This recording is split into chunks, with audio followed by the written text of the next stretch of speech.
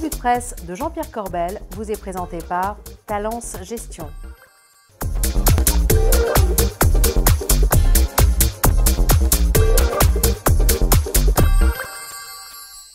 Bonjour, c'est mardi et c'est la revue de presse de Jean-Pierre Corbel. Jean-Pierre, bonjour.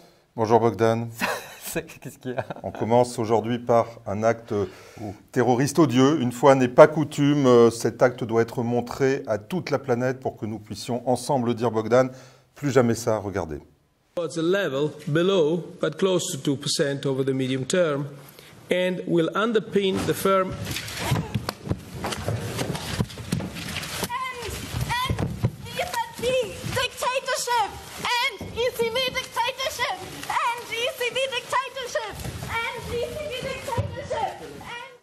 Le plus drôle, c'est la voix de la nana. Ouais. Elle a une toute petite voix, Bogdan, on sent qu'elle est agressive. Hein. Je suis Draghi, c'est un acte odieux, je l'ai dit. Mario qui s'est fait attaquer à coups de confetti, voilà, on peut le dire, nous sommes tous Draghi, c'est ça? C'est cela. Et comme on parle de Super Mario, figurez-vous, eh bien, on va revenir au feuilleton grec. Alors ça, c'est tous les ans, à l'approche de l'été, forcément, vous connaissez bien, vous, hein, la Grèce. J'adore la Grèce. Vous adorez, vous êtes vautour, vous allez là-bas, c'est ça l'histoire. Hein. Soutiens Regardez cet article du Figaro. Le président de la BCE, donc Mario, a assuré que la réponse à la crise grecque, était dans les mains du gouvernement et que c'est urgent.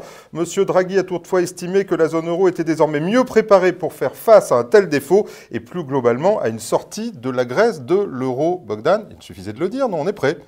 On est prêt, mais en tout cas, les marchés, eux, ont eu peur. Un petit peu, un tout petit peu. Alors, difficile de savoir si ce qui s'est passé vendredi, parce que c'était juste vendredi. Hein, c'était, vous savez, la fameuse journée des 3 sorcières. C'est au moment où on déboucle tous les contrats à terme, ou si c'était un petit stress sur la Grèce qui inquiétait. En tout cas, Magic Mario entretient le flou, ça c'est sûr. Regardez cet article dans La Tribune. Il a souligné que la zone euro s'était dotée d'instruments face au risque de contagion qui seraient utilisés en cas d'escalade de la crise, dit-il. Mais il a reconnu que la zone euro entrerait à ce moment-là en territoire inconnu si la crise grecque empirait. Un flou que les marchés, Bogdan, ne traduisent pas encore en risque, un peu en stress, on le disait, mais c'est à peu près rien. Hein. En tout cas, ceux qui ne sont pas stressés, c'est les taux. Ça Effectivement, va très bien sur les taux. C'est incroyable. Regardez cet article sur Économie Matin. Le rendement des emprunts français sur 10 ans est tombé plus bas encore, le 16 avril dernier, à 0,33%. Mais figurez-vous qu'à 5 ans, ça y est, c'est fait. La France emprunte désormais en territoire négatif. L'Allemagne, le 10 ans allemand est à 0. Vous avez vu le petit bonhomme CTLM? Ouais, voilà, c'est ce ça. petit bonhomme CTLM. Alors non, mais je voulais que je vous déguise, vous, en Michel Polnareff. C'est ça vous dit? Et il fait un procès. Non, c'est ça. Vous avez vu? Bon, l'Allemagne, Bogdan, est à 0,08. Aujourd'hui, elle va donc passer très vite. Dans les semaines à venir, elle va passer en négatif sur le taux 10 ans. La Grèce, elle, est passée au-dessus de 10%. Mais alors là, on en rit aussi, figurez-vous, parce que c'est juste pro forma, parce que la dette grecque, personne n'en veut. Il n'y a que vous, peut-être, qui en achèterez. Et le petit bonhomme, c'était là. Voilà, c'est à peu près les prix qu'il pratique. Voilà. En tout cas, pour la France, c'est très bon, ça. Et oui, alors, c'est bon pour le budget, figurez-vous, mais ça n'est pas bon pour tout le monde. Alors, un passage un peu long, vous allez voir dans l'Argus de l'assurance, mais il faut bien comprendre ce qui se passe. Les assureurs vie européens pourraient se heurter à des risques graves et grandissants, car près du quart des assureurs risquent de ne pas pouvoir tenir leurs exigences de solvabilité si la faiblesse des taux persiste. Ça fait peur. Et oui, ça c'est le FMI qui le dit également. Hein. Plus de 24% des assureurs vie pourraient se trouver en danger si la situation des taux bas persistait. Dans l'Union européenne, ça représente 4 400 milliards l'assurance vie, une interconnexion forte avec l'économie. Et donc, nous dit le FMI, toujours un risque de contagion. Mais vous vous souvenez, ce débat, les assureurs, personne ne veut l'ouvrir. On n'en parle pas. Le monde du silence, toujours. J'ai l'impression que c'est votre nouveau cheval de bataille. En tout cas, les investisseurs internationaux, ils s'en moquent, ils ont confiance, eux. Ah ben alors, ils ont confiance. Je ne suis pas sûr qu'ils aient vraiment confiance dans la France. En réalité, l'histoire, c'est que les Allemands n'empruntent plus en net et qu'en réalité, il faut bien mettre la marée de liquidités que nous envoie la BCE quelque part. Et en tout cas, l'argent facile, ça veut dire aussi qu'on n'est pas obligé de faire de réformes. L'argent facile, c'est toujours très dangereux. Est-ce que vous vous souvenez de ça, Bogdan ? Et parce que ça coûte très cher. Non, c'est l'État qui paye.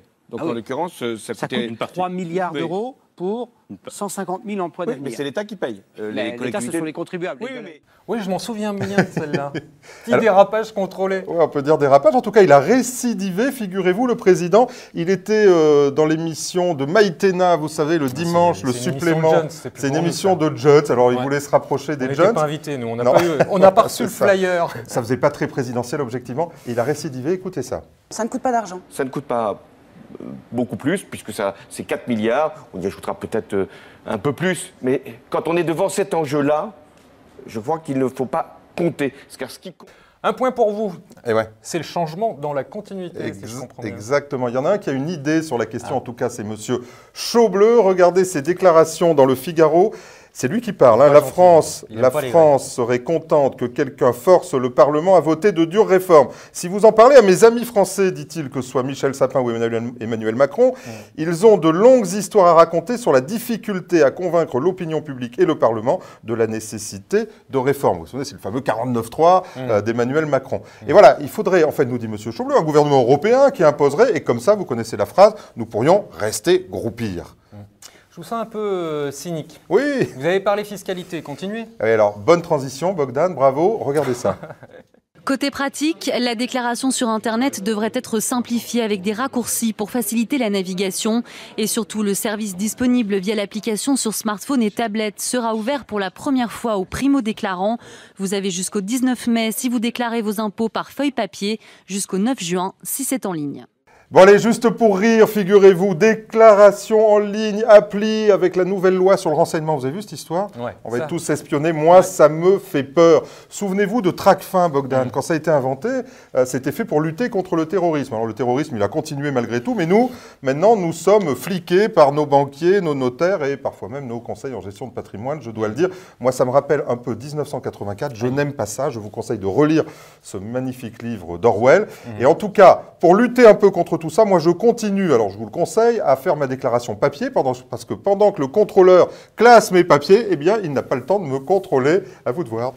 Jean-Pierre, vous êtes un dangereux anarchiste. C'est pas faux. Allez, juste pour rire, vite. Allez, un autre quand même. Alors vous savez, le président Hollande, cette semaine, il est allé en Suisse, figurez-vous, pour blanchir le gouvernement. C'est rigolo ça. Aller blanchir le gouvernement suisse. C'est une contrepétrie.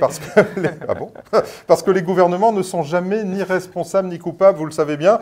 Et donc il a été super bien accueilli, notamment par la fanfare. C'était dans le petit journal, écoutez les musiques.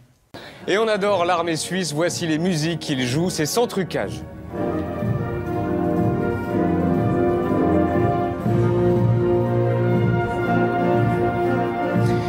Ils jouent le générique du film du dimanche soir de TF1. Mais ils ont aussi ça dans leur répertoire. Encore une fois, c'est sans trucage.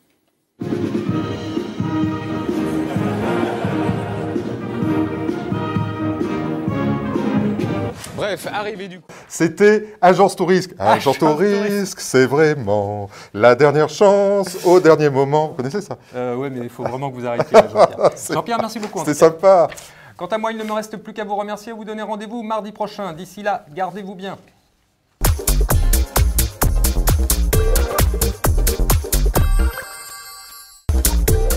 La revue de presse Club Patrimoine vous a été présentée par Talence Gestion.